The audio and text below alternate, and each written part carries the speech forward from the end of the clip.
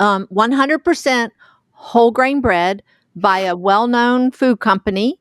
It's double wrapped, if that tells you anything. And it's never molded. The last loaf, the reason I had to buy a second one to use for a visual aid is the other loaf that I had for about 6 years. It never molded. It finally disintegrated. I mean, like turned to dust, disintegrated. And it wasn't that it had dried out because the bag had never been opened. It just turned to dust. One day I went back there and I noticed, yeah.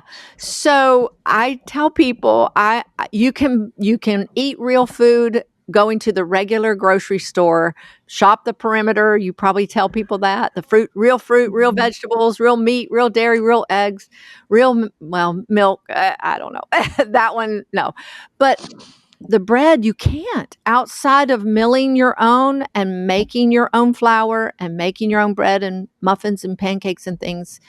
You just can't get it. Mamas, I can help you improve your family's health with my 5-week online course, Real Food, Real Families. It even has 5 weeks worth of meal plans. So check out nourishthelittles.com and use the code NTL10 for 10% off. Welcome to Modern Ancestral Mamas. We are Corey and Christine, two millennial moms on a mission to bring ancestral wisdom to modern motherhood. We are continuing our series on grains with one of the most well-known individuals in the grain world.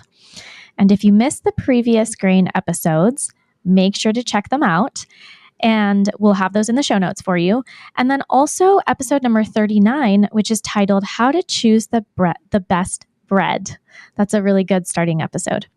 I just want to remind everyone before we get started, please just take a moment, pause right now, give us a rating, give us a review, comment. We want to know what you guys think about the grain episodes. We're really curious to hear your thoughts on it. And thank you so much.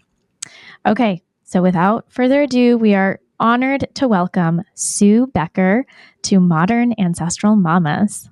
Wow, it's such a privilege to be here with you and to speak my passion and share it with others. So thank you for inviting me on. I'm so excited that you're here. I actually have been buying grains from your company since we moved to Georgia a couple of years ago. My Weston A. Price co-chapter leader also hosts the co-op for Breadbeckers pickup. Oh, wow. And so I go over and help her unload and sort it all when it comes in. And it's been such a blessing to our family to have that resource. I didn't even know about it until we moved down here. So I'm really excited to have your expertise on our show to share with our listeners, and then let everybody know about the resource that you guys have. Yeah, I tell everybody we're the best kept secret in Woodstock, Georgia. Yeah. Okay, so we start every episode. Oh, and I did want to say to you guys, this is a little side note. We are going to stop reading bios at the beginning of the show because it's just taking up too much precious time. We're going to put them in the show notes. So if you need a background, if you need a little bit more information, you can go read that. But just let us know what you think of that new format. We're trying it out. Okay, so first thing that we do on our show, Sue, is we ask a roundtable question, kind of like an icebreaker, to get us started. And so today's question, and you can start with answering it if you'd like, is: what is your favorite grain product? So not grain to bake with, but grain product to bake. Oh, goodness. That's a hard one. Boil it down. This week, I guess it's this crusty no-knead bread that I've been making. I kind of go in circles. I'll be biscuit mode for a while. And then last week, it was kind of muffins. I wanted muffins every day. But the last couple of weeks, really, especially for dinner at night, it's been this no-knead, easy, crusty bread. All the feels, crusty on the outside, soft and chewy on the inside. And you just stir it up, give it a few stretch and folds throughout the day. It's water, salt, flour, yeast, and just let it sit all day, and it develops the gluten, the stretch, and then you bake it in a Dutch oven, or I use a bread cloche. And my husband's like, you can bake this every day. This is delicious. So we've been having that every single night for dinner, and it's wonderful. So when I first got married, that was the first bread that I ever made. Really? Something very similar. Yeah. Yeah. And it was something like you could leave it. It was called overnight something. And then The you just no leave it knead overnight overnight. bread. Yeah. Yeah. And then throw it in your Dutch oven. Yeah, it's Awesome. amazing. And you think, how is this gloppy? Because you really do a high hydration. So it's really wet. And you just dump this blob of dough in the cloche and you're like, there's no way. And you open it up and it's this beautiful, popped open, just everything, deliciousness. So yeah, anybody can do that. I'm just like, there's no excuse to not make bread because it's so easy. It's just too easy. All right, Christine, your turn. Oh man, why me, Corey? I know. Christine doesn't bake. So this is like I am the rookie baker on here. This is why Corey and I make such a great pair, because she's a very experienced baker. She knows how grains work. And I, on the other hand, am frantically texting her at odd hours of the day, asking her to help save my disasters. So well, this would be a perfect bread for you then. Yes, that's what it sounds like. Okay, so probably my favorite grain product to bake, Corey, is that what you're saying? Yeah. Okay. Well, if it turns out well, I would say if I can make it work, like a sandwich bread. But it's not always consistent. I'm still working on my baking skills for sure. Okay, my turn. I think I am going to go with a chocolate chip cookie. Oh, well, yeah. Okay, so do you want to change your answer, Christine? I do, yes. I would much rather bake a chocolate chip cookie than a loaf of bread, me personally. That's baking and it's grains. That answers the question. Okay, perfect. Check. Okay, I do love a chocolate chip cookie. I think one of my favorite things though to have like in my freezer, because I'll do a lot of baking one day a month or something, and then just put it all in my freezer because frankly I don't have a ton of time. And I think either just a like classic loaf of sourdough, like a artisan sort of loaf, or a sandwich bread. Those are the most versatile. And I like making a really large batch of sandwich bread dough, and then making like one loaf of sandwich bread, and then a bunch of either hot dog buns or, hamburger buns or something like that, so that they're just done. And then, because hot dogs and hamburgers are so easy to feed your family quickly with, but making the bun, so unless you're going to do like a lettuce wrap, a lettuce wrap would be really easy. But if you're going to have it on a bun, which apparently, according to my family, is the only way to have those things, it's just not as fast. So I want to have it already done so I can just be like, and now we're going to pull out, a thing of decent hot dogs and buns and be done with dinner. It the dough? So you're already making the dough and then you're baking it fresh, or you're making them completely baked included and then freezing them? Sue, what would you say?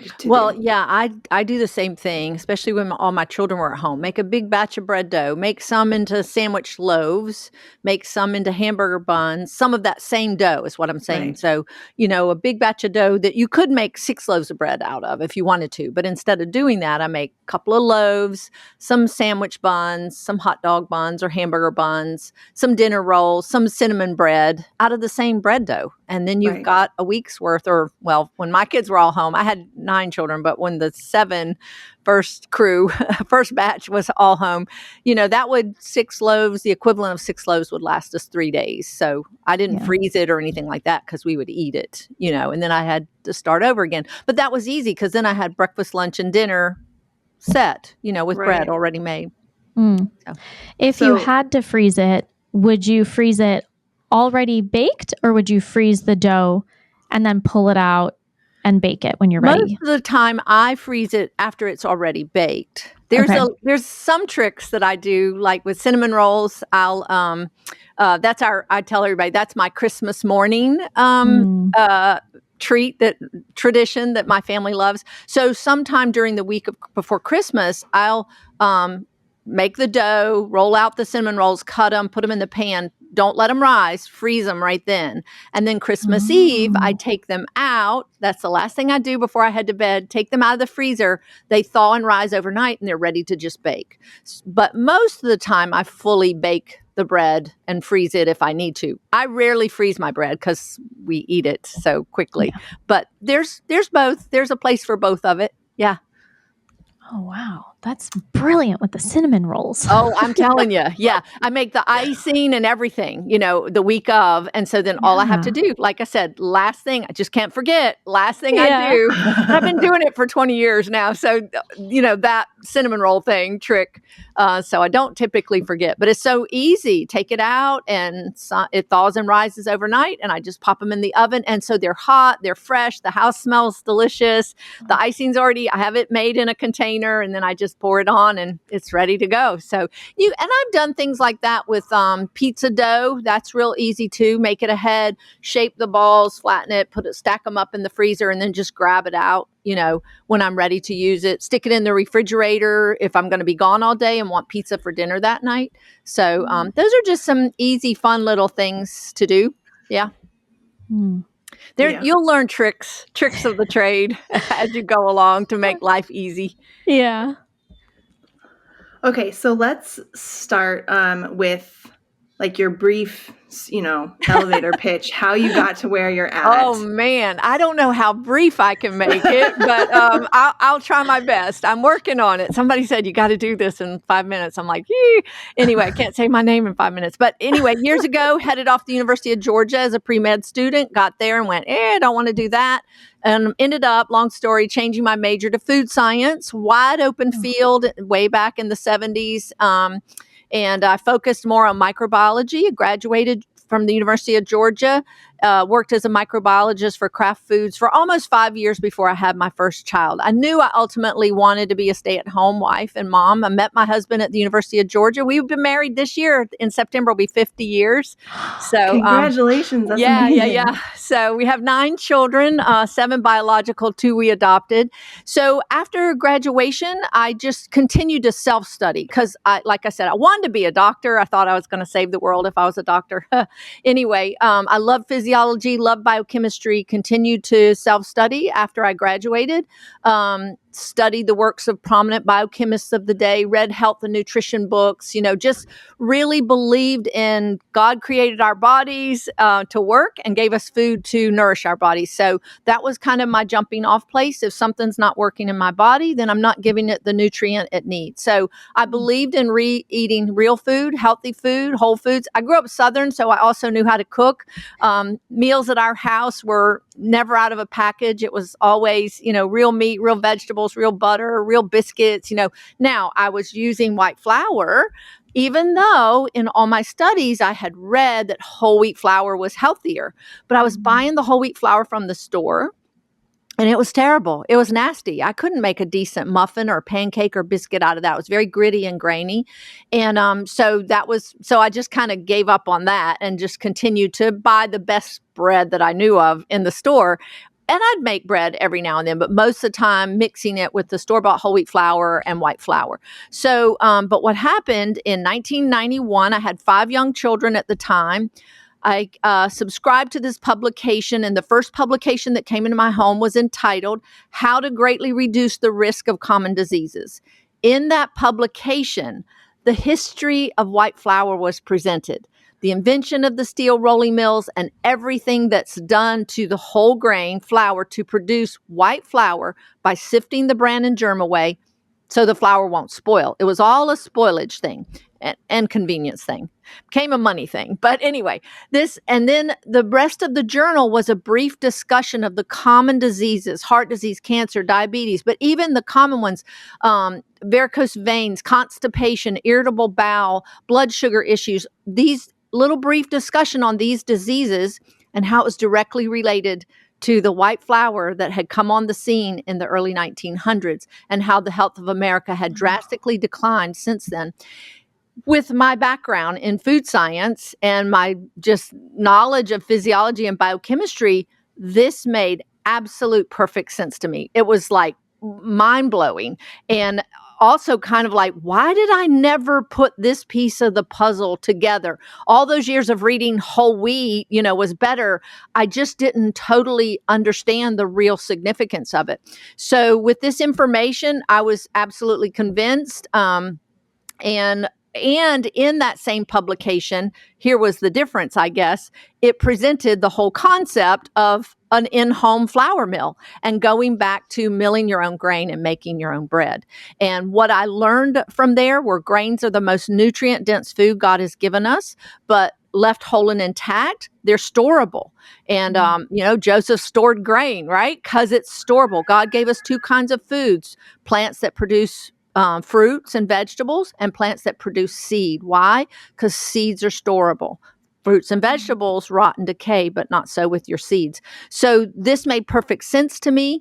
And I learned that prior to the 1900s, most of the bread baked in this country was baked at home. They had the capacity to mill their own flour, or communities developed around the local miller, if you want to call it that. And so this was very eye-opening. The big thing as a food scientist, I had always thought when I read that word enriched on a bag of flour or a bread grain product, a flour product, cinnamon rolls or cookies or whatever, enriched flour, I thought, wow, us food scientists, we are doing you a favor by making this food better than it would have been had we not done that. Here's what I learned. It is not a favor at all for the 35 to 40 nutrients that are lost when they take away the bran and germ. They only first put 4 back in, 3 B vitamins and iron. Eventually, it took 50 years before they would put folic acid back in the flour. But why did they do this? Because of the rising incidence of the folic acid of birth defects. But the other issue was immediately when white flour became on the scene and food for everybody was like, yay, I don't have to mill my flour anymore. I don't have to make my bread. This was wonderful, they thought. But 3 diseases became epidemic: beriberi, pellagra, and anemia. So that's why they had to, the health officials said, you got to put at least those back in the flour. So this all made really amazing sense to me. But like I said, it also showed me an answer to the issue, a grain mill, an in-home grain mill where I could mill my own flour and make my own bread. So that was in February of 1991, 34 years ago, almost to the day. So we bought a grain mill for our family. I was determined too. I was like, we are never eating white flour again. I'm very passionate, in case you can't tell, but that was kind of my thought, was we're never eating white flour again. But I honestly thought this flour, freshly milled flour, was going to be like the nasty stuff I was buying from the store, the nasty whole wheat flour. I thought it was going to be dry and grainy, but I was like, I don't care. If we have to choke this down, we're eating it. I'm never buying white flour again. That was kind of my attitude. The mill came into our home. I milled flour. I made bread. It was delicious. It was not grainy at all. No white flour, no white sugar. It was great. I made pancakes the next morning, muffins, everything. The first week, my children loved it. And like I said, it was delicious. But made bread the first day, and the next morning, I pooped the next morning. It was like, what? This is amazing. Bowel issues immediately resolved. And I tell everybody, this is maybe not something you want to tell everybody, but I do. I haven't been constipated since 1991, and I have been all my life. So it was like, this was very different. The bread I was buying in the store that was labeled whole wheat didn't do anything for me, but this was the only change we made to our already healthy food we were eating. We were pretty clean eaters, real meat, real vegetables, like I said. So I just added this real bread to our table with the other foods we were already eating. And it was extremely noticeable. Like I said, first day, bowel issues done. By the end of the month, I saw my sinus congestion completely resolved. My dependence on antihistamines completely gone. I lived on them. I grew up in South Georgia. I thought postnasal drip was just the way God made me. I thought everybody lived like that. Didn't know. And I say this to everybody. I've not had an antihistamine or a decongestant of any kind since 1991 when bread came into our home. I lived on them before that. I had 5 young children when I started. We homeschool our kids. We do baseball and church and piano lessons. We were a busy family. And I had I had 3 children in my last three, the last three of those five, I had them in 3 years. So I had a 3-year-old, a 2-year-old, and a 1-year-old. Oh my gosh. Wow. So I was kind of tired, but with the bread, I noticed I had so much energy. I wasn't slumping after lunch. I could keep up with the kids. I began to notice I didn't crave sweets and sugars. You know, when you get that fatigue, that slump in the afternoon, you're just kind of like, I've got to have something, you know, and that was gone. My headaches, I don't know when the last time I had a headache. I had migraines, not like some people, but I had them every few months. But I also, I guess with the sinus congestion, I just had this chronic kind of, oh, my head, nothing maybe that I took medicine for all the time, but it definitely was there, gone. And then I began to notice my children, you know, with 5 young children. I used to think that the toddler 18-month to about 3 or 4 years old age was just, I called it the snotty nose age. They just always seem to be just wet and snotty. That all went away. You know, my kids just didn't have the snotty noses, no more ear infections, you know, and then I also realized that they didn't just catch every bug that came around and went around.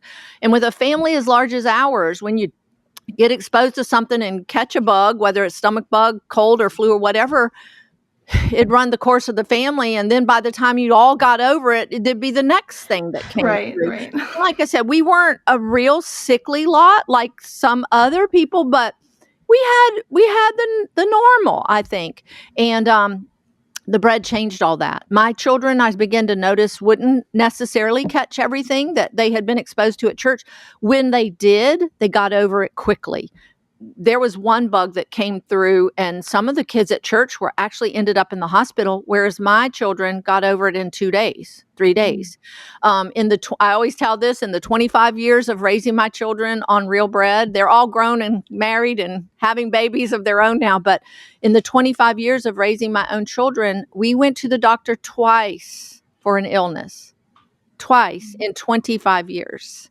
That's some people go that much 9 children in a week, in a month, you know, with their children. That is impressive. Yeah, and you know, I don't know if you want to, but it was whooping cough. I didn't immunize my 2 youngest children, and they got whooping cough. So that was our 2 doctor visits. That's amazing. That's unheard of in the world today. No antihistamines, no triminic, no nothing. And I'm not saying they never got sick, but they got over it when they did. And we never had an ear infection again after bread. The bread has everything to nourish your body. So that was kind of how I got started, just doing it for my family. The next thing I know, I was taking bread to church and every function, and, you know, giving bread as a gift because I believed in it. And I would send the leftovers home with people, you know, and they would call me and go, "What's in this bread?" They started noticing health benefits. And the next thing I know, I'm making bread for everybody. Have you ever had that? If you give a loaf of bread to somebody, they're going to say, "Oh, will you make bread for me?" And so the next thing you know, I'm making bread for so many people in the neighborhood and trying to keep up with making it for myself. And by this point, 1992, I had my 6th child. And so here I was making bread and homeschooling and all the things, you know. And I'll just never forget one day in October, very end of October, maybe 1st of November in 1992, I had been making bread all day for people and my family and my kids. And I met my husband in the driveway, and I said, and I think God put these, well, I know God put these words in my mouth. I said, "I don't think I'm supposed to make bread for the world. I think I'm supposed to teach the world to make bread for themselves." And he said, "Well, what are you thinking?" I said, "I think I want to sell grain mills, and I want to teach people how to make bread." Now, mind you, I had a customer base of 4. 4 people had called me and said, "Hey, where can I get a grain mill? Will you teach me how to make bread?" So that was my inspiration for the business. And so Bread Beckers, and he goes, "What do you want to name it?" And I had a real good friend that used to tease when I'd bring bread everywhere. My husband's name is Brad, and she goes, "You might meet Brad Becker, but she is Mrs. Bread Becker." So that's how we started, and Bread Beckers in 1992. in our tiny little 1,300 square foot home with 6 children. And we eventually, by 1998, outgrew what we could do. Brad and I, in our tiny home, we incorporated with a longtime friend and partner. 99, we moved into our current warehouse that's 10,000 square feet here. And of course, when we first started selling meals, we would sell a meal and people go, where can I get wheat? And we're like, oh, I guess we need to sell wheat. So we just did the next thing. So now we have 13,000 square foot warehouse. That's a grain packaging facility. We bring in probably a truckload of wheat every 2 weeks. And by a truckload, I mean 45,000 pounds at a time. And that's just the wheat. We bring in beans and other grains. And we're probably one of the largest grain packaging facilities, I think, in the southeastern United States. And we've started right after we started our business. God gave me a vision. He spoke to me very, very clearly early one morning. 1 week into our business, customer base of 4. He wakes me up and he says, I'm raising up bread Beckers. I'm raising you up to be like Joseph.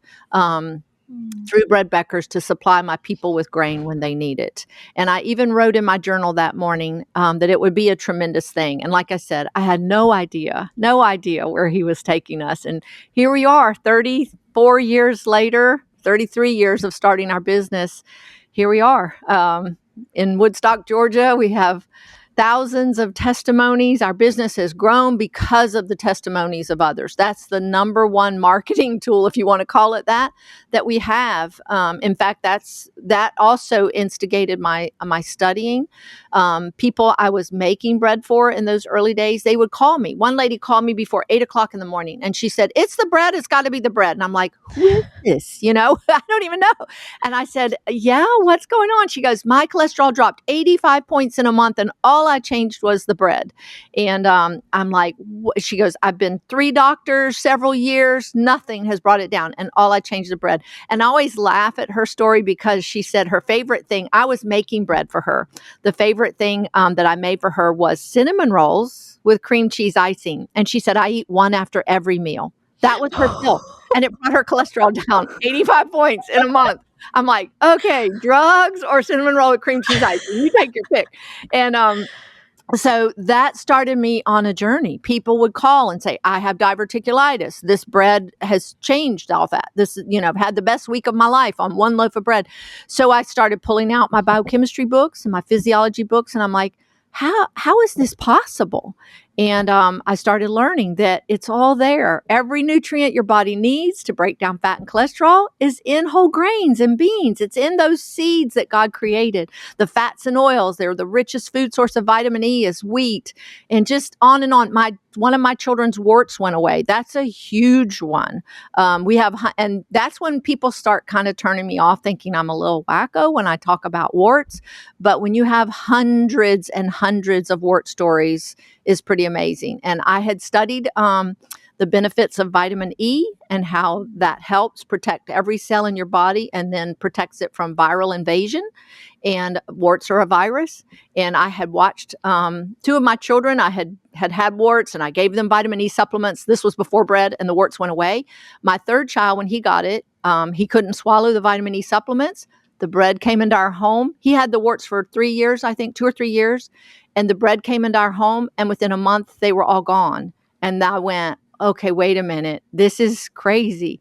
And so I would always share these things in my, when I would go out and teach, I would share my testimony. And the next thing I know, people were coming to me going, I changed this bread and my child's warts went away. One grandmother said her kids she kept her grandchildren. She said they don't necessarily like the bread, but they love the flaxseed oatmeal chocolate chip cookies. So there you have it, chocolate chip cookies. And she said he had 36 warts on his hands, and they all went away in about 3 weeks with the freshly milled flour. And the most amazing testimony is a young girl that had over 500 warts. And over 500, she had them for 5 years. She started getting them when she was 12. They had them all burned off. They all came back because it's a virus. You're just burning off the manifestation, They said she's been on drugs after drugs. They said they currently have her on ulcer medication, thinking it could be stress related. She had tried everything, and they were all in her hairline. As a child? Wow. 17 years old. She had a huge patch on her leg, very embarrassed, wouldn't wear shorts, wouldn't go swimming with her friends because it was so nasty. And her mom just heard me speak and followed me back to the table, said, how much is a meal? I don't even remember how much they were at that time. They're $299, $300. And she said, I've paid more than that for one prescription drug that didn't work. And none of us could eat it. And she goes, I like to cook. We have to eat. What have I got to lose? She bought a meal. At 2 weeks, she said her daughter started itching everything. She was like, Mom, what have you done to me now? But at 2.5 weeks, every wart was gone, had fallen off that child's body. And I spoke, and that was in Richmond, Virginia. And I spoke there a couple of years later and a few years later. And the young girl was now married with her own children. She walked in to where I was speaking, pulled up her sleeves and said, look, Mrs. Becker, still no warts. I mean, she had her life back. And you know, when you hear stories like that, it's just such a blessing. But what intrigues me with that is if this bread could help you fight a virus with whose manifestation is warts that you've walked around with for 5 years, or however long. I've had adults say, I've had this wart since I was a child and it fell off right after bread. But if it can do that in 2.5 weeks, what other viruses is it protecting you from? That's pretty phenomenal. And I think that's why we saw very little colds and flus in our house, or our kids got over it quickly. So anyway, I think I went down a rabbit trail there, kind of off of how I got started, but that's how we started. And just from the testimonies of others, and then the more I studied, the longer my presentation got. I have a 3.5-hour Real Bread, the Staff of Life presentation where I go through and I started connecting.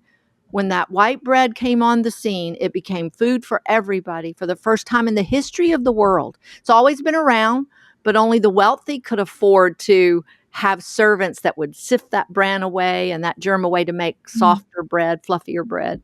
And but when it became food for everybody started getting sick. And it was, the scriptures tell us there's a way that seems right to a man, but the end thereof is death. And I see it today more and more and more. And, my teaching has not changed. My diet has not changed. Get a grain mill, grind your grain, change your bread. It is amazing because I saw it.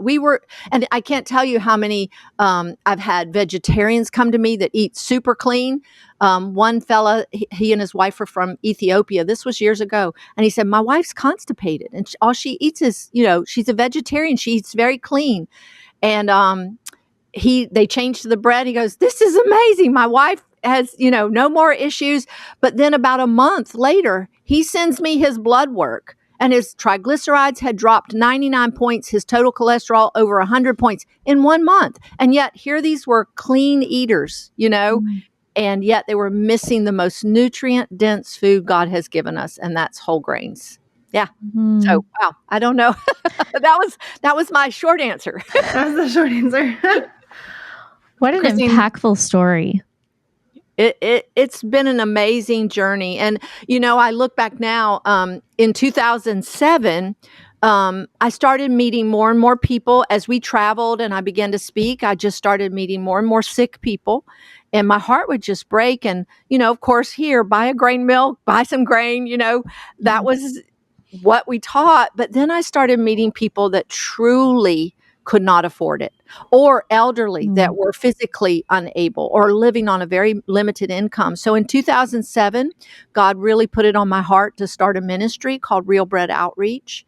And it's a nonprofit ministry to help get grains or a grain mill or bread machine or whatever to help that elderly or that large family on a very limited income, to help them be able to adapt this lifestyle. Had people that worked with our ministry that would come alongside them, go in their home and teach them how to make bread.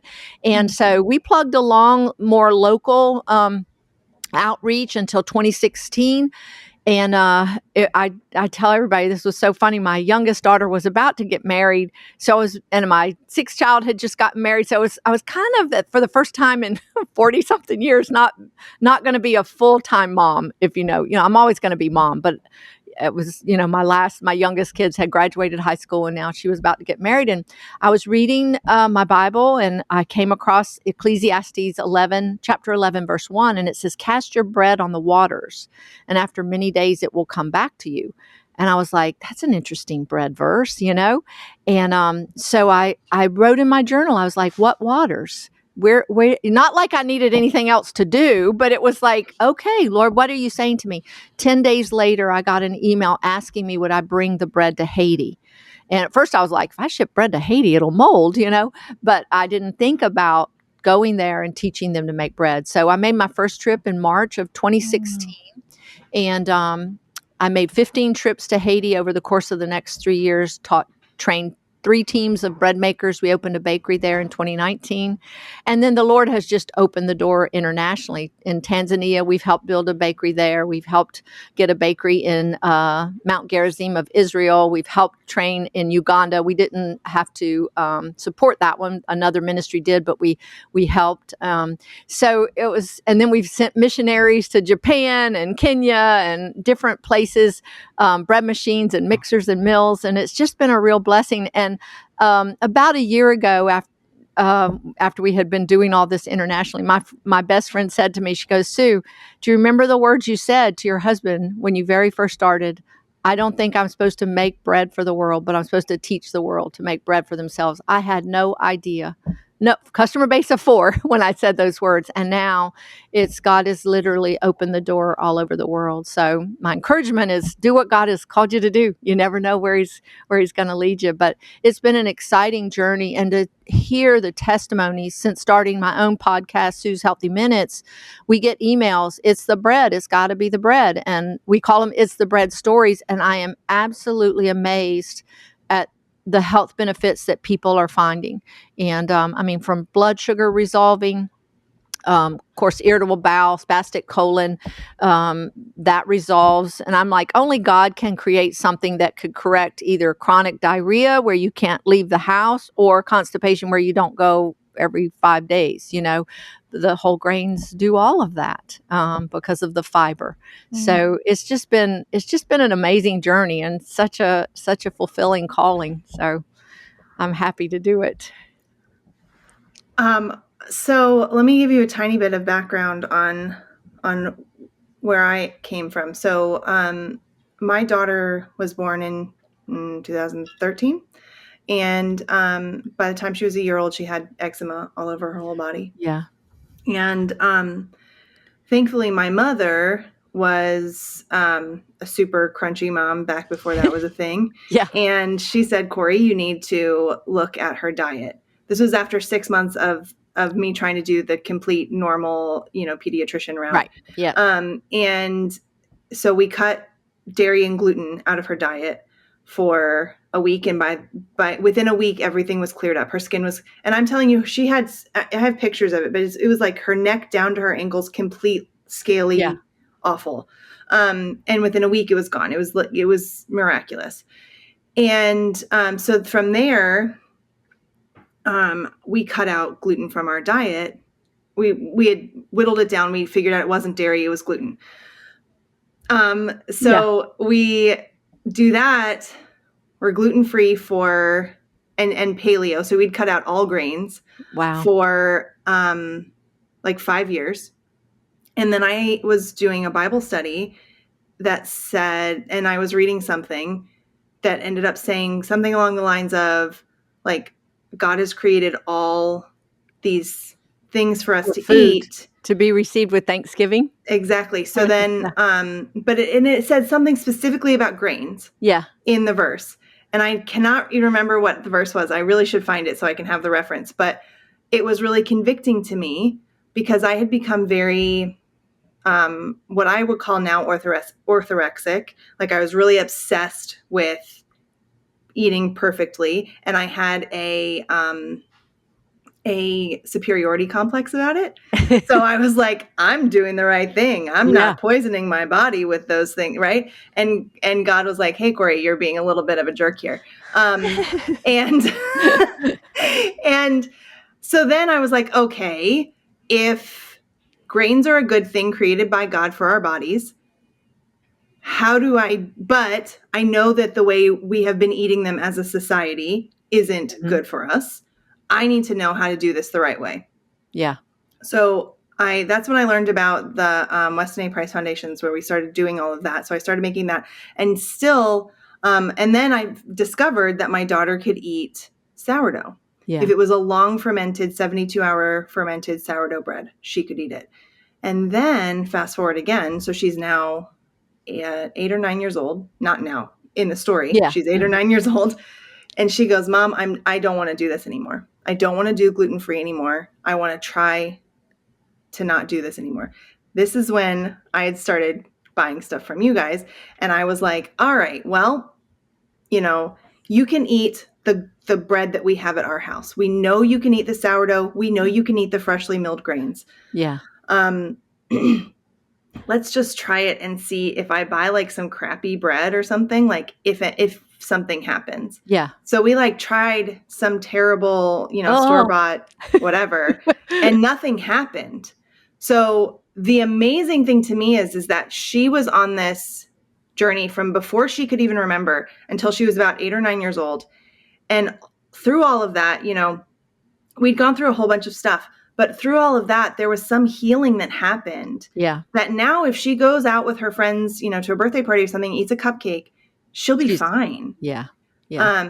And obviously we're not eating that home regularly. So we're still continuing to sort of heal and, nourish ourselves that way. But that it was a humongous mind shift for me to go from grains are the devil, right?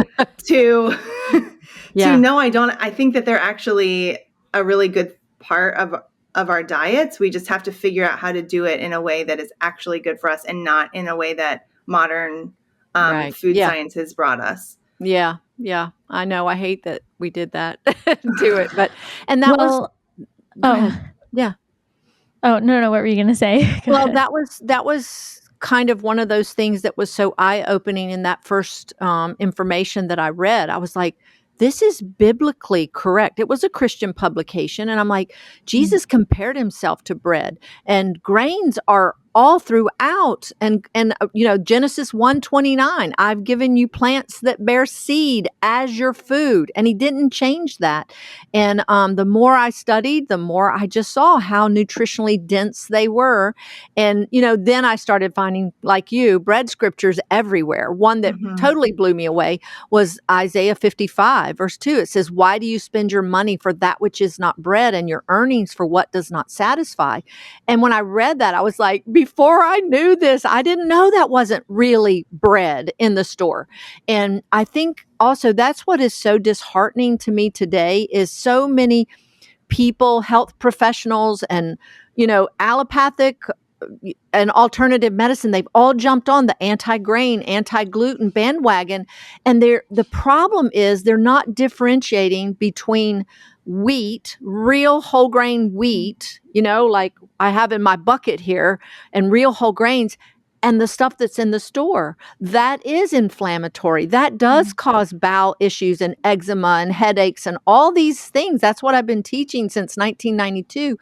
But that's not wheat, that's a very denatured byproduct of the milling process. So that's what exactly I learned. What happens with like raw milk and stuff too. Yes, exactly. Yeah. And you said something that really intrigued me, is that of all these people that are now finding, they've gone gluten-free for 15 years, some of them 20 years, and they learn about this and they taste it with fear and trembling and they have no reaction. They're finding that not only can they tolerate freshly milled wheat, which is supposedly the devil, like you said, the enemy, not only can they tolerate it, it nourishes them and heals them. And I've talked to people that go on these very, very restrictive diets, like gluten-free and dairy-free, grain-free, whatever. And the next thing you know, they can't eat eggs. The next thing you know, they can't eat this food. I had a lady show up in my class that said, with tears in her eyes almost, that she was so glad she found us because she was down to 7 foods was all she could eat. 7 foods. And now the bread had brought healing. Another, I did a podcast interview with Hannah Wright, I think is her name. And she said she had gotten where she said, these were my farm fresh eggs I couldn't eat and raw milk that I couldn't eat after being gluten-free for so long. Started the bread. Next thing you know, milling her grain, making her bread, she could eat it. And then next thing you know, she could eat her eggs. Next thing you know, she could drink her milk. And so it's healing. It is healing. And like you said, no, she doesn't want to live on those store-bought cupcakes or white bread. But now, instead of it totally disrupting her life, if she gets a hold of a cracker or a cupcake at a party, she's got healing. Her gut is healed, so she can tolerate it. So anyway, it's been a very, very fascinating journey. And the more I learn about gluten and the whole, I call it anti-grain propaganda, it's concerning to me because I've seen it, and I'm still teaching. I mean, you can go back and find CDs of mine from 1993. It's the same message. It's the same teaching. It has not changed at all. So it's real, and it's real food that will nourish your body. Just about every nutrient we need is in wheat. Vitamin A, vitamin C, vitamin D, and B12 are deficient, but there's what's A, C. Get those from your fruits and vegetables, D from your sunshine, and B12 from meat or some protein source, So that's pretty eye-opening when people think about it. Can we actually dive in a little bit and talk about some of the science that you are so well equipped to share with our listeners? I think that we should start with, first of all, what is the difference between commercial flour and, let's say, a freshly milled flour? Yeah. And also talking about, if you go to the grocery store, right, what are the different options there and that kind of thing? Yeah. So what happened like I said earlier, prior to the 1900s, most of the bread baked in this country was baked at home, eaten at home. Either they had the capacity to mill their own flour, or there were local millers that would mill it fresh, because what they knew is the flour would spoil. So in the late 1800s, they realized, if we sift the very nutrient-rich bran away, the bran's the outer portion of the seed that has all the vitamins, all the minerals, all the phytochemicals, enzymes, proteins, fiber. If we sift that away, and the germ that's down in the center part of the seed that has the fatty acids and your vitamin E, it's where the sprout comes from. Also protein, fiber, of course. If we sift that away and leave only the endosperm, better known to you and I as white flour, well, that's protein and starch. That's really all it is. If we sift the bran and germ, coarser parts away, and leave just that endosperm, the white flour, protein and starch, the flour won't spoil. So they were like, whoa, this is a wonderful discovery. So it led to the invention of these huge steel rolling mills that could produce massive volumes of this long-lasting white flour by sifting the bran and germ away. But what happened there, we lost vitamins, minerals, and fiber. And like I said, I think I mentioned earlier, 3 diseases became epidemic when this came on the market. And eventually by about 1910, the steel rolling mills had completely displaced the local millers, the stone ground flour mills. They were gone. They were a thing of the past. Nobody wanted that. It was like, fine. So, so that's why white flour, white bread became food for everybody. Diseases became epidemic, beriberi pellagra anemia. Health officials all over our country couldn't figure out what in the world is going on. So eventually it took till 1948 for the government to step in. They first went to the millers and said, you got to put the bran and germ back in. They were like, nope, we're selling that to the cattle feed industry. We're not going to lose that market. So they were unwilling. And so the government eventually stepped in, said, then you have to enrich, you have to fortify.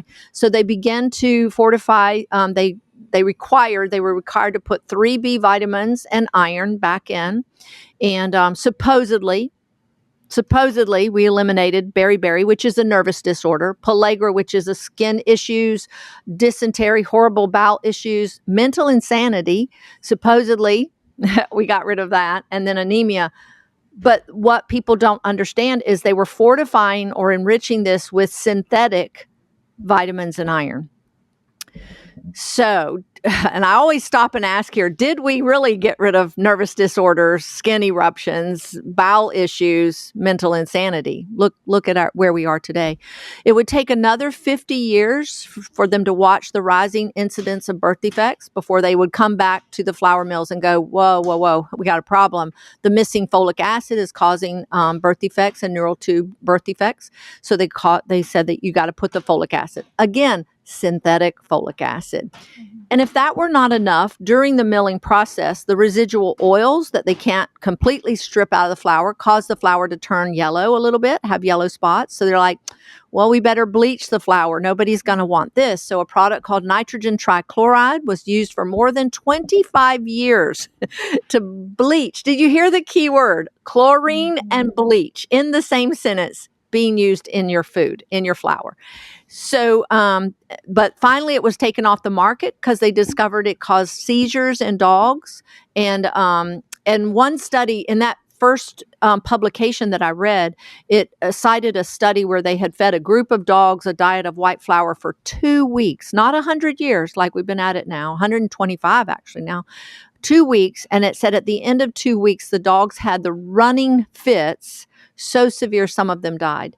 When I read that was in 1991. That was the beginning of the scourge of ADD and hyperactivity that we're seeing in our country today. It was, one child in my son's music class.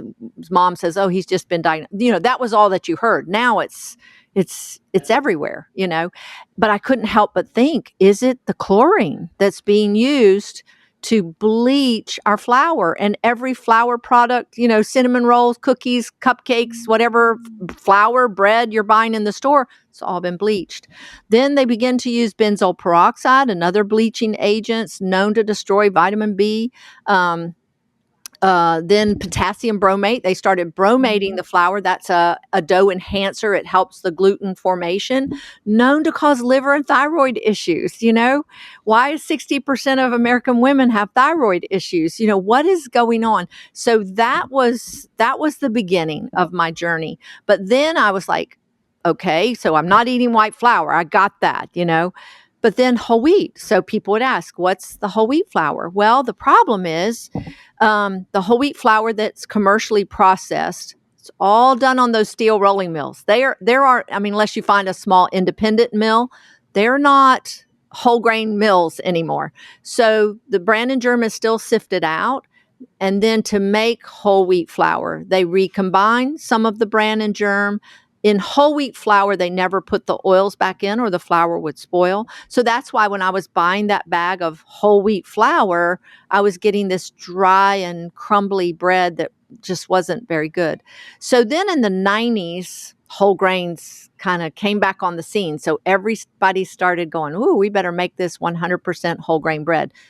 Again, the commercial steel rolling mills that separate the bran and germ. So how do they make that whole grain flour? They have to recombine the bran and germ according to some government standard. What is that standard? Supposedly, it's supposed to be recombined to the original quantities, but the problem is you buy that 100% whole grain bread from the store, you need to read the food label on there. It's got all kinds of chemicals. I have a loaf of bread on my shelf in the back here that I use as a visual aid. I think it's several years old now. I can't remember. 100% whole grain bread by a well-known food company. It's double wrapped, if that tells you anything. And it's never molded. The last loaf, the reason I had to buy a second one to use for a visual aid is the other loaf that I had for about 6 years. It never molded. It finally disintegrated. Turned to dust, disintegrated. And it wasn't that it had dried out because the bag had never been opened. It just turned to dust. One day I went back there and I noticed, yeah.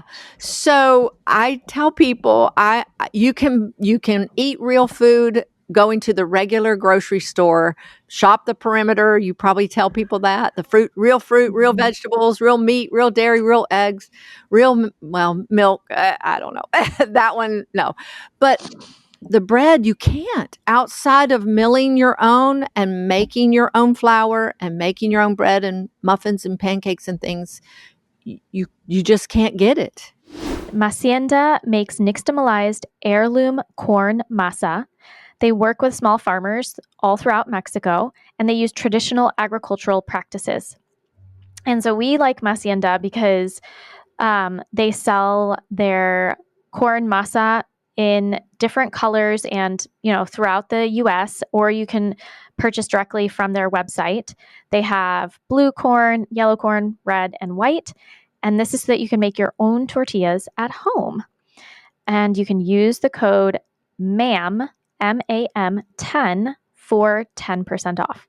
And if you don't want to make your own tortillas, they also sell tortillas on their website. So it's macienda.com, and the code is MAM10 for 10% off. All right, our second code that we're going to share with you is from Seatopia.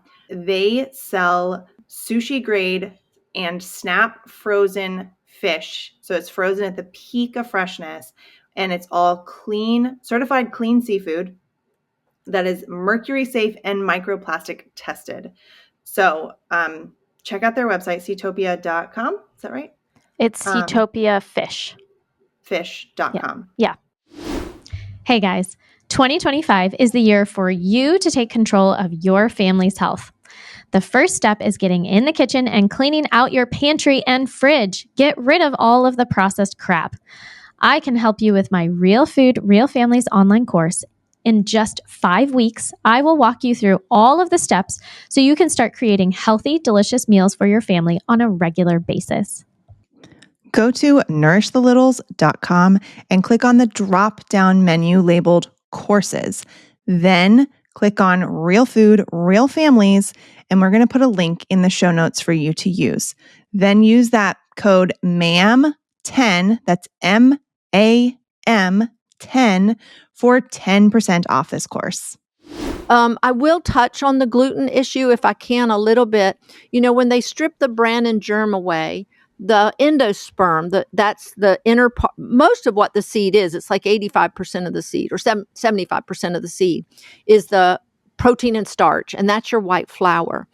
So God never intended us to eat that endosperm without the bran and germ, without all the nutrients and the fiber to keep our bowels moving and clean.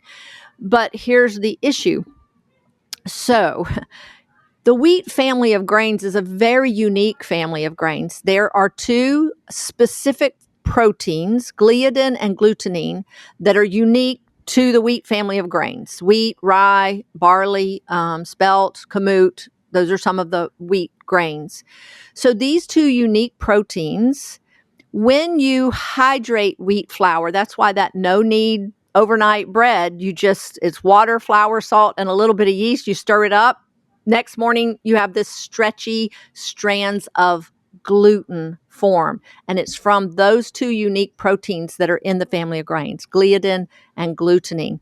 That is all gluten is. It is two unique proteins, and only the wheat family has them. That is why wheat is the king of bread making, has been since the beginning of time. And I tell people, no one genetically modified wheat to put those proteins in. God put them in there in the beginning. They've been there since the beginning of time. That's why forever you've made bread, yeast leavened bread, whether it's sourdough or our commercial yeast today, because that's the one that forms those stretchy strands of protein. Why that's important is when yeast, whether it's in a sourdough starter or the commercial isolated yeast, when it feeds on those carbohydrates, it produces carbon dioxide gas. Mm-hmm. It's those stretchy strands of protein that trap that gas, and that's what enables the bread to rise. Mm-hmm. That's why you don't make yeast bread out of corn, you do when you have to trick it if you try to make gluten-free yeast bread. But you see what I'm saying? So God made wheat this way, and there's nothing wrong with those proteins. There's nothing damaging to those proteins unless you are a true genetic celiac. And you know what? Genetic celiac, it's less than 1% of Americans are true genetic celiac. What is happening in this country, we've been eating pure protein and starch without the fiber to keep our guts clean, without the nutrients to help us break down those proteins and digest it. So now we have an issue, bowel issues and digestive issues that look very much like true genetic celiac disease. So everybody's saying, oh, cut out the gluten. Well, when someone cuts out the gluten, what did you cut out? All the nasty bread from the store. And I'll tell everybody, you're going to feel better if you cut out that nasty bread from the store. Yeah. But it's not there's another sustainable. problem. The other problem is that then you replace it with all Other- of the gluten-free stuff, which then Other nasty bread from the store. And almost more nasty, because then you've got all of those conditioners and the starches and all this stuff that they're trying sugars, to make taste or have the feel of gluten. And help it doesn't. Bread to rise. No, it doesn't. It tastes bad, and it's like all this extra junk. Yeah. Yeah. And as a microbiologist, I'm all about gut health and the gut microbiome. I've studied that since the beginning. And I came across a study, and it was talking about the dangers of going gluten-free when you don't truly need to. And it was saying 60% of the people that are going gluten-free, self-diagnosed, and they don't really need to. Yes, they might feel better, but it's changing their gut microbiome. Yeah, and it's I remember reading that too. Enhancing the pathogenic organisms. It's and discouraging our good gut organisms that help us fight the pathogens. Those whole grains, when you eat freshly milled flour, you eat whole grains and beans, that fiber that's in the bran and germ is insoluble fiber. It's not able to be digested by your normal digestive system. So it gets dumped into your gut. And the new fun word is prebiotic. It's a prebiotic. It feeds those good gut organisms, and it encourages the growth of those good gut organisms. And I found this so fascinating after I started studying it's called gut fermentation. Those good gut organisms feed on that fiber, and they actually produce a massive amount of B vitamins in your gut. You have this little factory in your gut. They produce fatty acids. Butyric acid is one that they produce from the undigested fiber, from the garbage, that we've dumped into our mouth, because our body can't use it, but those organisms can. Butyric acid, done numerous studies on it. There have been numerous studies done on butyric acid, that it is an anti-carcinogenic agent. The cells lining of your gut, of your intestine, they use butyric acid for their energy. So that's what keeps your gut healthy. Vitamin K, and there's many forms of vitamin K. Vitamin K is produced by those organisms, and it's the form of vitamin K that helps your body utilize calcium and lay it down in your bones. So, and they produce from this feeding on this undigested fiber antibiotics. I tell people they don't want the bad guys living there any more than you do, so they protect themselves. And this is all going on in your gut if you're giving your gut the good whole grain fiber and other fiber from fruits and vegetables. And that's what so intrigued me with that gluten-free information that I read. I don't remember who published the study, but it was concerning that that it's so lack of fiber and those starches and stuff that it promotes, encourages things like E. coli and C. diff and those things that we're seeing crop up today. So it was very, very interesting. So I tell people, if you have to go gluten-free, I understand it, but it's a very minimal, less than 1%. I think it's 0.08% of Americans have technically genetic celiac disease, where they can't break down gluten. And if you have that, you will never be able to eat wheat, freshly milled or not. Although I have been reading some studies where they're believing they can turn that gene off, and people that maybe even have the genetic disorder can switch it off. I haven't gone there yet, and I haven't fully wrapped my head around that. But this is, to me, Corey, we want to be careful that we don't get arrogant and go, jump on people. But I want to encourage people that, because I heard a doctor one time, he was very anti-grain. He actually started the whole anti-grain, anti-gluten stuff, that was the blame of everything. And he said, wheat is the most toxic poison that we can put in our bodies. And I'm like, what? And he said, and going without grains is the easiest diet change you can ever make. And I'm like, obviously you don't live in the real world, because grains are everywhere. They're the major part of the food aisles in our grocery store.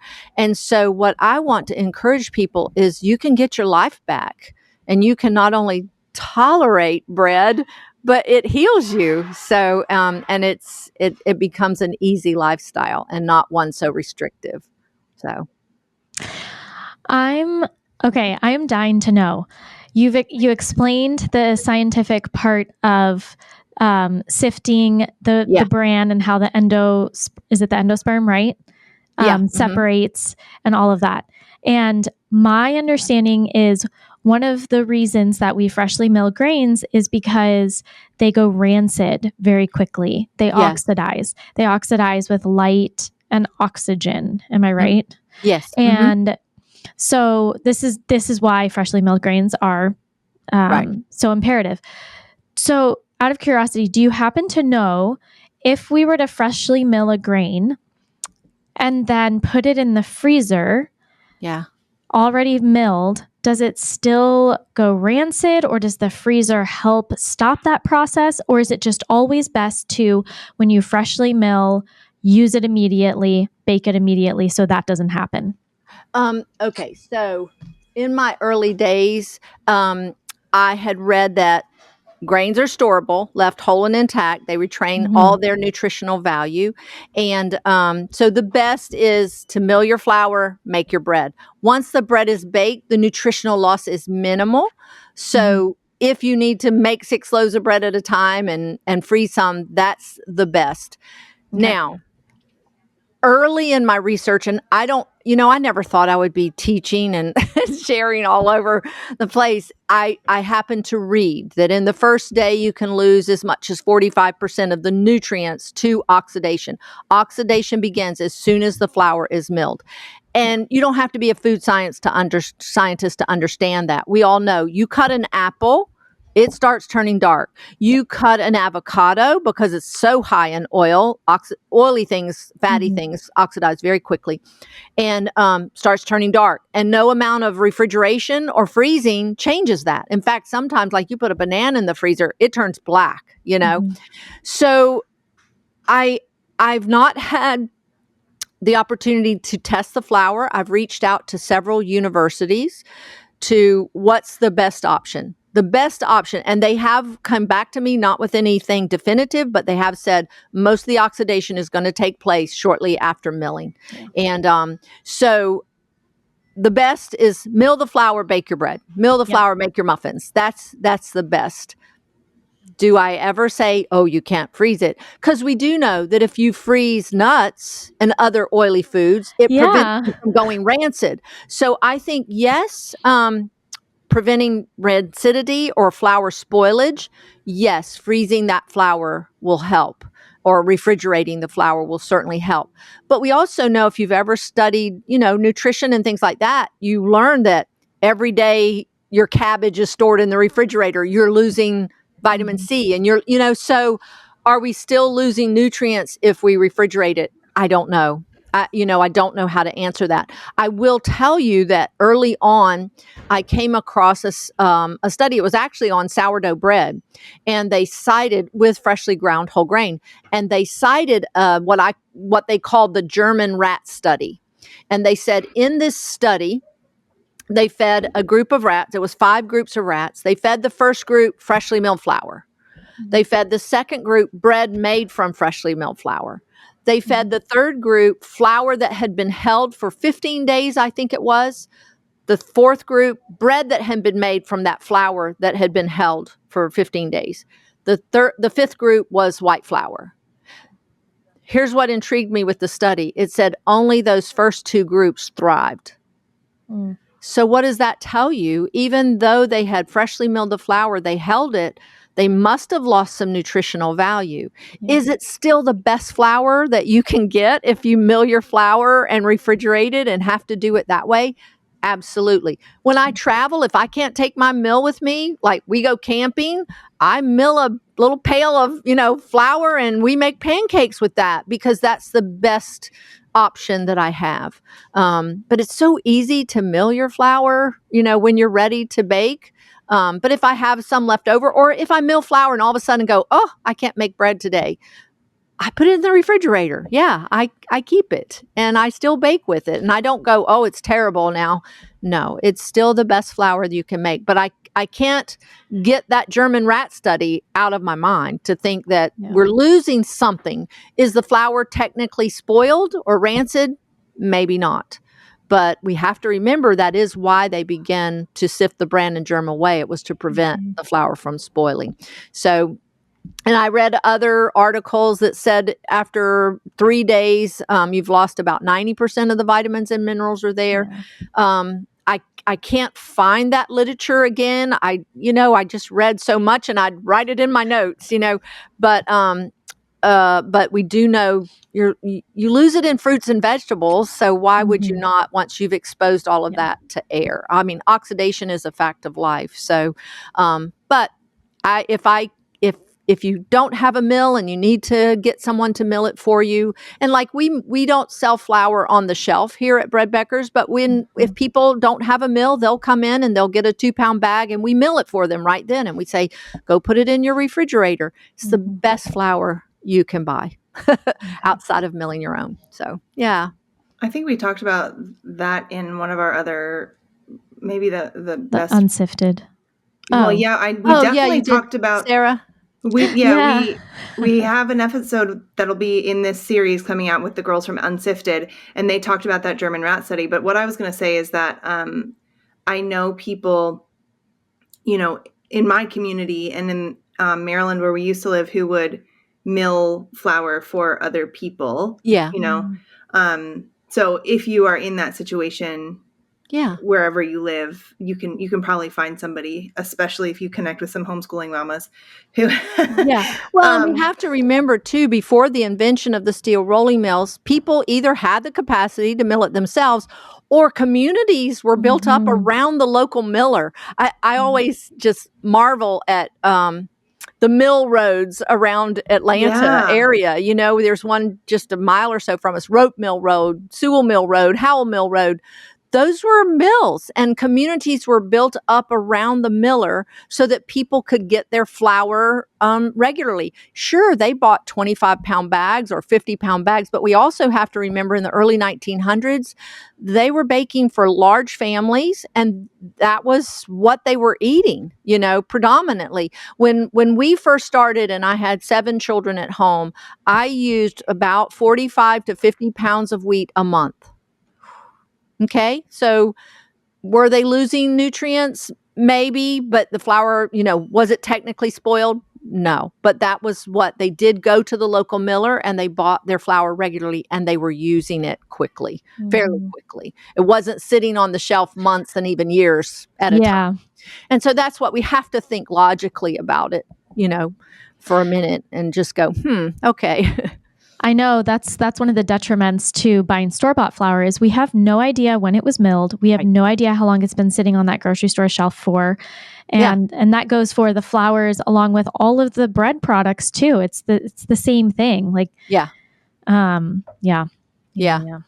It's kind of like oats. When I wrote my book, the Essential Homegrown Flour book, I reached out to our oats supplier because oats are a grain that doesn't store because, wheat and most of your grains, you have the bran and then the next layer is your endosperm, and then the germ is down in the center part of the seed. And that's where the little germination, that's where the little sprout comes from. And actually the endosperm, those little packets of protein and starch, that's the food for that germinating seed until it, produces leaves and roots to get its nourishment from the rain and the soil. But oats, unlike other grains, oats have the oils in every layer. It's in the bran, it's in the endosperm, and it's in the germ.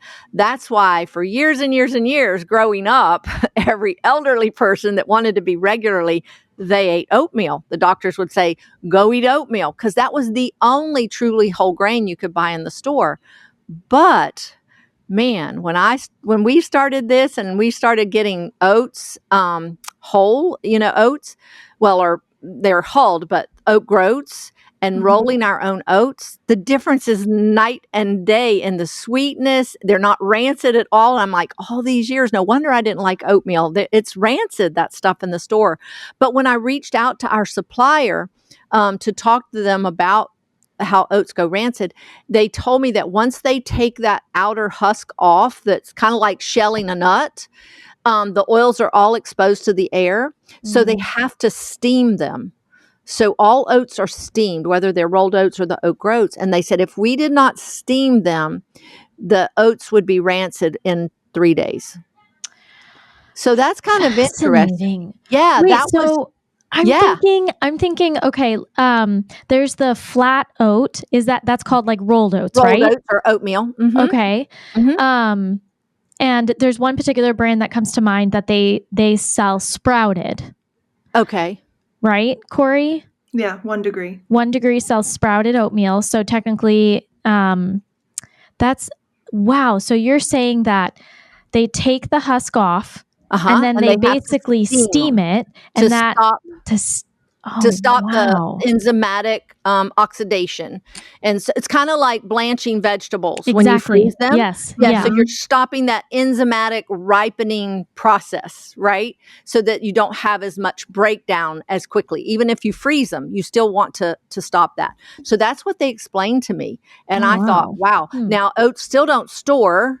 They store 6 months to a year in a cool place. Yeah. Any I was kind gonna say, of do you have to freeze them? Or you could. I think that would stop some of the rancidity. Yeah. But that was fascinating when I read that, and I'm like, this 3-day thing keeps popping up, Yeah. And in my early years of studying heart disease was a biggie, and in Psalm 104, God says that he gave us bread to strengthen and nourish the heart. Heart disease and high cholesterol and arteriosclerosis, these were never huge common issues prior to the 1900s. And I read the works of Dr. Wilfred Shute, world-renowned cardiologist. And you know what he used to treat heart disease? Vitamin E. Vitamin E. And I read his books, and he wasn't about milling your own grain. He never even talked about that. He just talked about using vitamin E, but he attributed the rise of heart disease and the loss of what he called an antithrombin, anti-clotting agent, vitamin E. He attributed it to when flour started being sifted and they started taking the bran and germ away. He said we lost the most powerful heart protecting anti-clotting agent in vitamin E that there was out of our diet. And I remember reading in his work that he used vitamin E therapeutically, and the source was wheat germ oil. And in one of his books, he said he was so glad that it had then started being encapsulated, because this was early 1900s that he was around. And it said it was so glad that it started being encapsulated, because prior to that, he was using wheat germ oil. And he said after 3 days, it did not have enough viable vitamin E to be used therapeutically. So this 3-day thing keeps popping up everywhere I turn. And it intrigues me when, I read the works of early on of Adele Davis before I ever even started milling. She's way before your time. She was popular back in the 70s. I think she passed away in the 80s, but she was a biochemist and wrote, Let's Eat Right to Keep Fit and Let's Have Healthy Children. It's amazing, some of her works. Read Abram Hoffer. He wrote Orthomolecular Nutrition. He treated schizophrenia with vitamin B3, niacin, one of the vitamins that we've lost from flour milling. And then, like I said, Dr. Wilfred Shute, you read these people and they have nothing to do with milling your own grain and making your own flour and making your own bread, but all of them point to what happened to the flour when the steel rolling mills came on the scene. They all mention it and say this was the decline of the health of America. This is, I mean, it's everywhere. I mean, even Weston A. Price talks about it. He talks about, the displacing foods of modern commerce, which are white flour and sugar.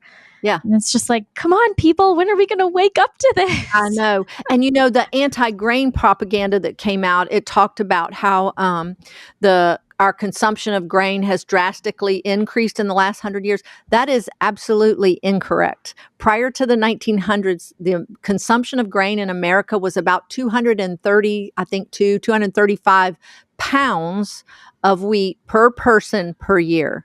It is now down to like 120. What changed was prior to around the early 1900s, 90% of the flour consumed in this country was done at home. 10% was used commercially. Now it's the opposite. 90% is used commercially, 10% is at home. And look what is the commercial use. You know what has increased? Our consumption of meat and our consumption of sugar has I don't remember. Yeah. Sugar is, I think it's 170 pounds per person per year. It's huge. Yeah. Whereas before in the early 1900s, it was minimum.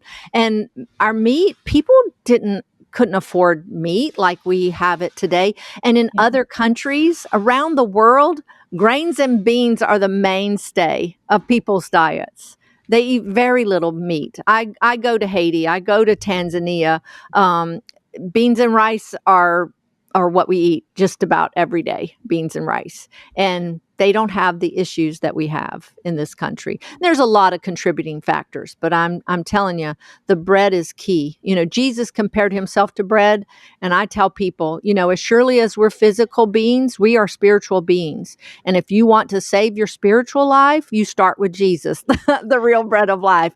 So let's take that same analogy over to our physical life. You want to change your physical health? I'm telling you, I have never seen anything in all my years of studying that changes your health like bread, real bread made from freshly ground whole grains. Making whole grains and beans the mainstay of your diet is huge. And I see it over and over. We have thousands of testimonies now after 34 years of teaching and sharing this truth, and it's the same truth. It hasn't changed. So okay, I think we have to, because we're probably, getting closer to the end of our conversation, but we absolutely have to talk about phytic acid. Oh, thank goodness. I was hoping that's what you were going to say. Okay. Phytic acid. Let's make this the last one. I'm sorry, but this is like, there's, whenever I talk to people about whole grains and bread and stuff, I always say there's two camps, There's the Sue Becker camp who's like pro, freshly milled grains and then not soaking them, not sprouting them, not fermenting them. And then there's the Weston A. Price camp that is all grains need to be soaked, soured, or fermented. Mm-hmm. And it's because of the phytic acid where the problem lies, where the disagreement lies. And we need, Christine and I we're doing this whole series on grains, and we want to be able to give our listeners as much information for them to be able to make whatever informed choice is best for them. Mm-hmm. But we want to be able to give as much information so that people have that and can make those choices. So I would love for you to share anything and everything you want to share about phytic acid. And what your thoughts are on that. Right. So here's my thoughts and here's my research. And I researched it pretty extensively, and I still research it pretty extensively. But I came across a book written by a biochemist, and it was called Diet for the Atomic Age. And in that book, she writes that phytic acid is a powerful antioxidant. It is a chelator, but it chelates heavy metals. It's a detoxifier. It chelates heavy metals out of our body, and it protects our body from overabsorbing things like iron and calcium. We hear a lot about calcium, but calcium can be not a good thing if we're getting too much of it. So phytic acid actually helps that. Our digestive system produces phytase to break phytic acid down. So, it's just in my camp, it is a powerful antioxidant that we actually want to be eating more of. And, and they even make supplements of phytic acid. I don't know if you knew that. It's when it's broken down, it's the source of choline. I believe it is choline in our bodies. And so it's can be broken down. Foods that have phytic acid typically are high in minerals, so that shouldn't be an issue at all. If someone had a very compromised digestive system, perhaps it could be an issue, but grains are so nutritionally dense in those minerals that it and you produce phytase in your gut enzymes, so should not be a problem at all. And interesting, in that book, Diet for the Atomic Age, she cited some pretty fascinating studies, but she also said the more toxic our world gets, the more our diets, the more beans and grains we need to be consuming because of the phytic acid there. So that's kind of my jumping off place. And I mean, I've been eating bread, and I do sourdough sometimes. I do fermented things. But what about things like muffins and pancakes? Those are stir up in 5 minutes and bake in 15. And, some of the things I've seen people advocate, like flaxseed. Flaxseed is super high in phytic acid. Mm-hmm. Yet people are saying eat more flaxseed and nuts. And I just don't see the place for it of necessarily having to soak or sprout. Are sprouted grains healthy for you? Absolutely. It becomes more like than a vegetable instead of a grain. It increases that vitamin A and vitamin C, and it becomes a powerful source for that. But I just haven't bought into that. And certainly grains don't sprout partially before they harvest it. When I reached out to our grain elevator, he said, if I sent you partially germinated seeds, you would send them right back to me, because it just doesn't happen. So, so do what I'm not going to argue with anyone that says that they find that a longer fermentation or soaking grains helps them to digest them better. I'm like, if that's what you find, great. But I know that me personally, I've never been deficient in calcium. I've never had anemia problems. Maybe that's just me, but I've had people stand up in my class and say they've been anemic all their life, and now they've started bread just freshly ground the way I teach them, and they're no longer anemic. I mean, one podcast interview that I did, she had to have transfusions, and they were painful and horrible, and for years. And she started the bread, and in just months, she no longer had to have that. So you can't convince me that the phytic acid is going to make you anemic or keep you from absorbing these minerals that are there. So I've just seen too much to the contrary. And then, reading that it's actually a very powerful antioxidant that your body needs. And it's a protection mechanism that God put there. God put it there. And, I know that bread traditionally was made sourdough, but I don't know. I mean, I've looked at some sourdough recipes from like the 1900s. They don't make it the way we make it now. And that's the way I learned how to make sourdough bread when I was first married, is you take a little bit of starter and you add a lot of flour, or you add a good bit of flour and milk or water to that little bit of starter. Then the next morning you take a little bit of starter and put it back in the refrigerator, and then you add lots of flour to that big bowl of starter, and it rises in 3 or 4 hours. So it's not this long 72-hour fermented loaf of bread. It's a fairly fast process. And even that crusty bread I was telling you about, I started just putting sourdough starter in there in the morning, and I bake it in the evening. Okay, so yeah, it is a little bit longer ferment than 1 or 2 hours, but anyway, I just that's my research, is that it's a good nutrient that your body needs. And as it's broken down, it's our source of choline, and it's a powerful antioxidant. Because iron can be a bad thing if you overabsorb iron. Yeah.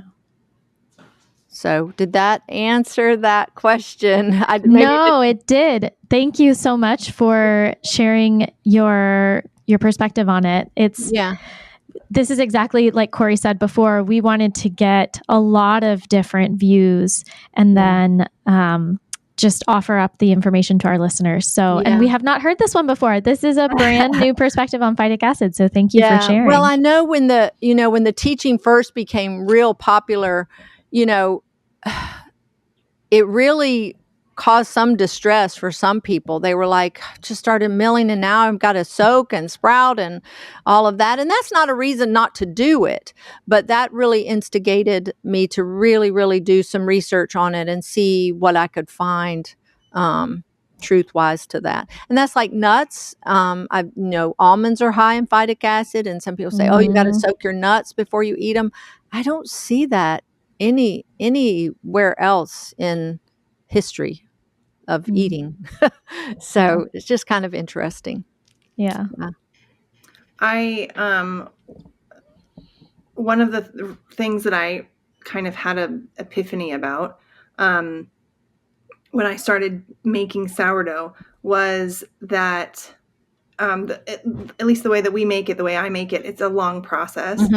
And I extend it because when I first started making it, I was trying to, be able to have my daughter eat bread. Right, exactly. And so I would put it in the fridge, so it would make the fermentation process a lot longer.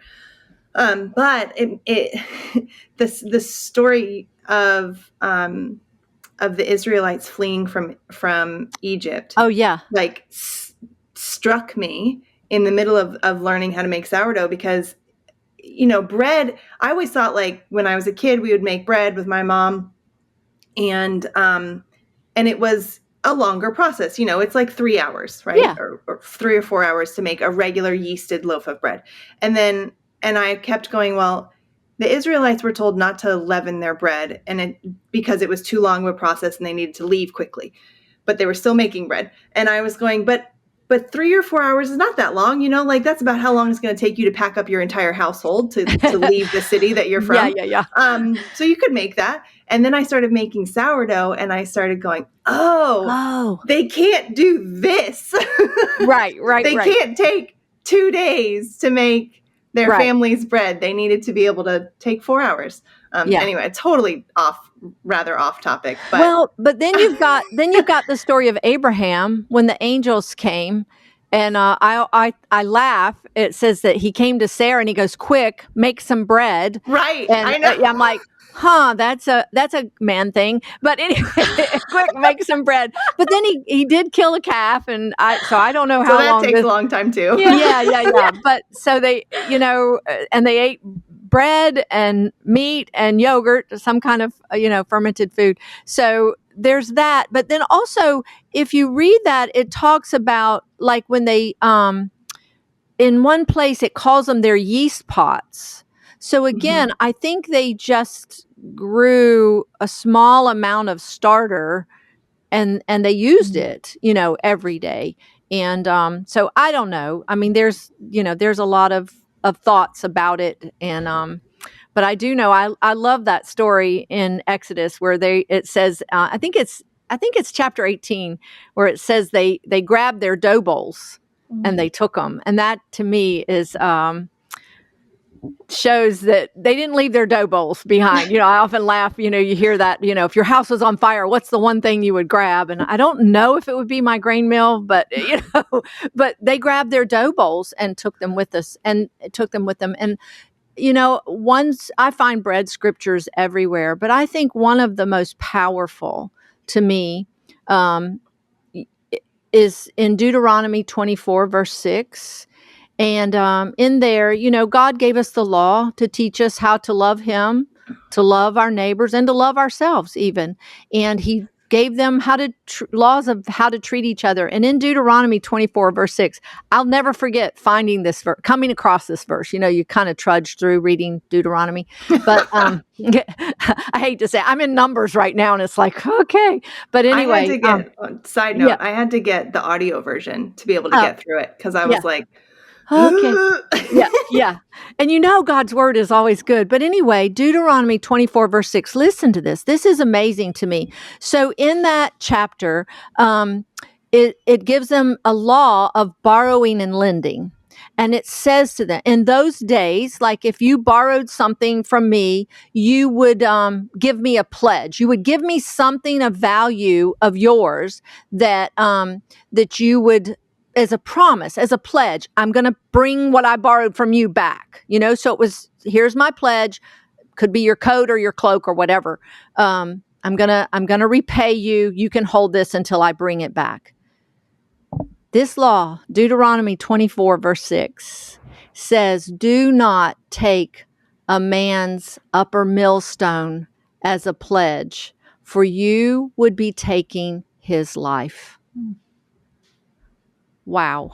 So you can't take his capacity to mill his own grain and make his own bread as a pledge. You can't keep that from him. That's not allowed, because you would be taking his life. In the early 1900s, we let somebody take over our milling, and we've been losing our health and our life ever since.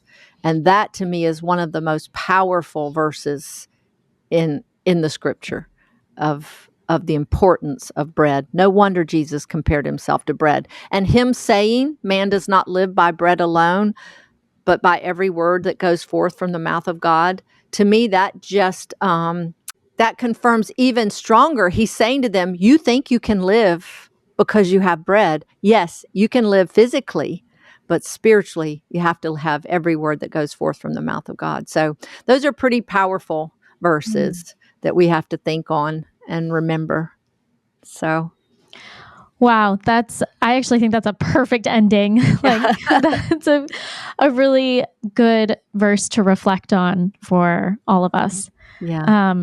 But before we end, Sue, is there any last thing that you want to share with our listeners? Just do it.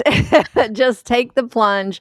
Like I said, today, my grain mill, and I have mixers and bread machines and all of that. I have, my grain mill is the most important appliance in my kitchen. It has changed the life of myself, my family, and now countless others. And I just encourage you, take the journey. It can change your health as well. And so that's what I would say to you. I think people are going to be dying to know, what grain mill do you have? I love the Wonder Mill. Okay. It's fast, it's easy, it's clean. I know the stone mills have become real popular, but to me, it's behind me here. It's just turn it on. Yeah. Pour the grain in. It grinds any kind of dry grain or bean into flour. It's fast. It doesn't coarse grind or make cereal, but I use a blender for that. Everybody has a blender, so it's just fast and easy to do that. It's a very durable mill. I've heavily used mine for more than 25 years, never repaired it. It's just a fast, easy, clean mill to use. And we sell all the other mills as well. But I love the Wonder Mill. We can repair it if you ever do have a problem here, right here in our store. I encourage people, come to our store if you can. It's people walk in, they're like, oh my goodness.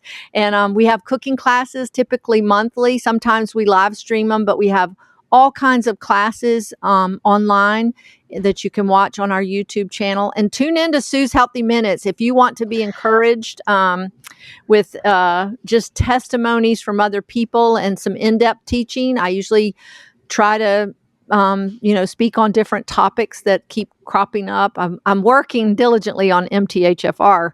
That one's taken me down a rabbit hole. But anyway, so just do it. That's what I would say. Get a grain mill. You'll never regret it. You'll never regret it.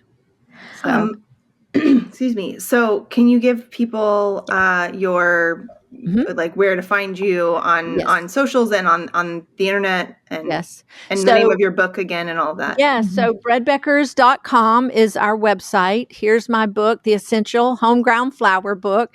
This has over 150 or 100 recipes. Then my starter book, this one, everybody knows this one, or a lot of people call it the Red Book.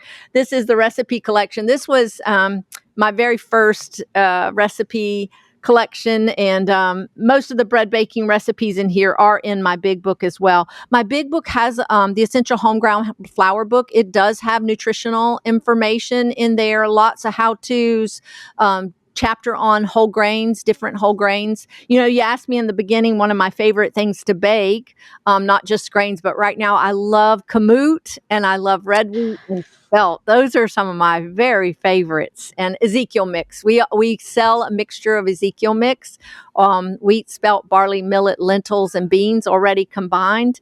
And I love it for muffins and pancakes and even brownies. I make my brownies out of Ezekiel mix. So those are some fun things. YouTube, it's just Bread Beckers. Instagram, Bread Beckers. Our podcast, my podcast is Sue's Healthy Minutes.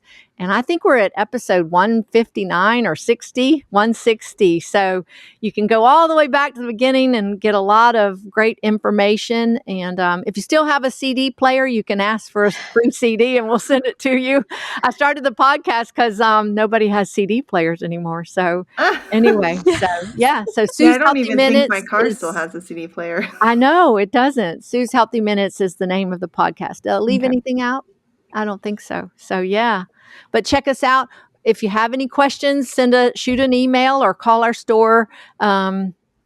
Everyone here that works for us makes their own bread, mills their own flour. So they're all very, very capable. And also, I encourage you, join a co-op. I was going to say, could you talk about that for a second? Because that's how I found you. breadbeckerscoop.com. You find a co-op in your area. If you don't have one in your area and you want to start one, email us. We can help you do that. You know, the machines, the mills, the mixers, the bread machines, they all ship free. And so that's not an issue. Grain is an issue. So let me just hold up real quick. So we package our grain in 6-gallon food grade buckets. The enemies of whole grain are moisture, bugs, and rodents. And so we package them in food grade buckets with carbon dioxide gas. So we guarantee them to be bug free. Whoops, you hear some noise in the background all of a sudden. So we guarantee them to be bug free, and then they're storable. So so they're safe. You know, you don't get the risk of infestation or getting moisture or mold or anything like that. So that's how we package them. It's 42 pounds of wheat. By the time we box it up, it's 50 pounds or just under 50 pounds. That is UPS shipping is a lot. So we started the co-ops right away. We took that Joseph vision that I mentioned in the beginning to heart. So the co-ops, we have coordinators in specific cities, and they kind of coordinate and have the drop location. You can go on our website and join a co-op, and then the shipping is so much better on your grain. You can order as much or as little as you want. There's no cost to join a Bread Beckers co-op, but it just helps get the wheat and grains to you at a much better shipping price than UPS. Now, we ship at UPS all day long. That's what you hear taping up back there. But it's just the co-ops are a great way to meet other folks and to get your Bread Beckers products and the bulk grains to you at a much, much better shipping price. So that's breadbeckerscoop.com. If you have any trouble finding one, just, shoot us an email. Or like I said, if there's not one in your area, consider starting one. Do you have them around the whole country? Yes, we are branching out. We have, when we first started, it was more the southeastern United States from Miami to Maryland, and my husband drove the truck physically. But now, as I've been speaking and teaching other places, we have them popping up. We have them in Ohio and Arkansas. I did a radio interview with Dr. Ben Edwards. I don't know if you've heard of him. Some years ago, and Texas has just just blown up. We have, I think, 10 co-ops in Texas. And so we ship to those. So just, I think, and we have one in Mississippi, and in several in Mississippi now, and Memphis, Tennessee. So they're just popping up everywhere because our grain is very clean. We love our grain elevator. We get all of our wheat products from Montana, and grows the best bread making wheat ever. And it's very clean. And then like I said, we package it with carbon dioxide gas. So you'll see a lot of people online say, oh, you have to freeze your grain or put bay leaves or diatomaceous earth. You don't have to do that with ours. The carbon dioxide gas does that for you. And so we sell just about every kind of grain or bean you can imagine. And then all kinds of kitchen appliances and bread machines and mixers and just tools that we have learned over the last 33 years that help you get this job done. And, that's the thing. You want to have the right tools to make it easy to incorporate into busy lifestyles. I get it. We're all busy. I'm busy. And, but you can do this, and we'll come alongside you to help you find the easiest way to incorporate it into your life. I love it. We love what we do. Yeah, that's obvious. Okay, everybody. So you can find Christine at Nourish the Littles. I'm at For Nutrient's Sake. You can find the show at Modern Ancestral Mamas, all on Instagram. You can watch the show on YouTube. You can listen to the show on Apple Podcasts and Spotify. Yeah. And please don't forget to subscribe, like, comment, share, blah, blah, blah, blah, blah. All those things that help us get to where, help people see it, help the algorithm see it. All of these things. So if you found this episode encouraging or interesting or edifying or all the things that you needed to learn from it, share it with somebody who you think might also find those things in this episode. So thank you all so much. That's it. See you guys later. Thank you. Bye. Bye.